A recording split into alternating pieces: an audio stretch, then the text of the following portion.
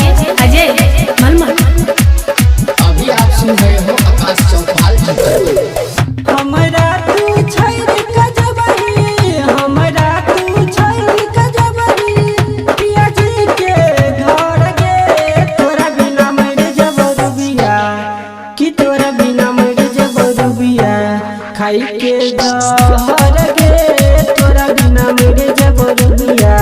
खाई के जहर गे तोरा बिना मर जब रुबिया, तोरा बिना मर जब रुबिया, तोरा बिना मर जब रुबिया, खाई के जहर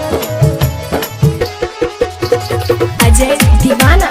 रामधन दीवाना मलमल। अभी आप सुन रहे हो आकाश चौपाल जी। बोलना तू की केलही, हमर तो दिल तोड़ देलही,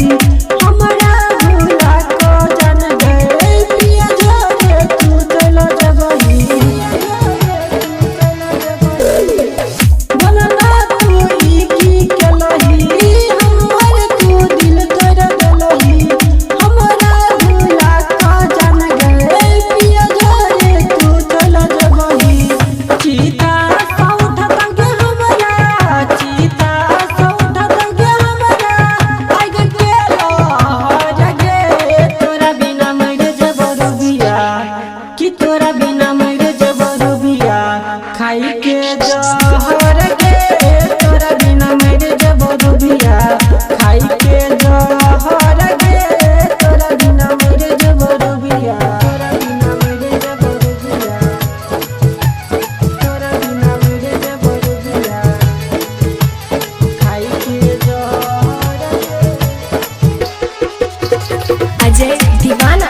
रामधन दीवाना मलमल। अभी आप सुन रहे हो आकाश चौपाल जी। मैं हबी फूल बहिरा चाही, हमरा आबै छड़ाई, बचपन के प्यार के जन गे लागै छौ जबहि भुलाई, लागै छौ जबहि भुलाई, मैं हबी फूल बहिरा चाही, हमरा आबै छड़ाई,